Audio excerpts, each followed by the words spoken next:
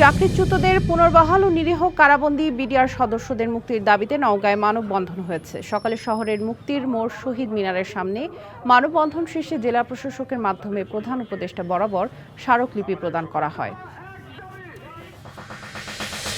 আন্তর্জাতিক মানদণ্ড অনুযায়ী চাকরিতে আবেদনের বয়সসীমা ন্যূনতম ৩৫ করার দাবিতে রাজশাহীতে মানববন্ধন হয়েছে। সকালে নগরের সাহেববাজার 0 পয়েন্টে মানববন্ধনে বক্তারা বলেন, বর্তমানে চাকরি প্রার্থীদের সাথে যেই বৈষম্য রয়েছে সেটি দূর করা আবশ্যক।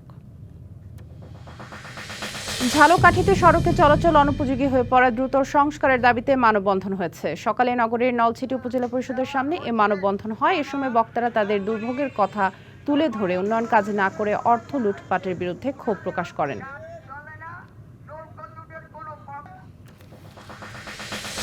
বিশ্ব নদী দিবস 2024-এর অঙ্গীকার আন্তঃসীমান্ত নদীতে বাংলাদেশের অধিকার। এই প্রতিবাদ দিয়ে চুয়াডাঙ্গায় বিশ্ব নদী দিবস পালন করা হয়েছে। সকাল 10টার দিকে মাথাভাঙ্গা পুরাতন ব্রিজের উপর মানববন্ধন, আলোচনা সভা ও সামাজিক সচেতনতায় গণসংগীত পরিবেশিত হয়।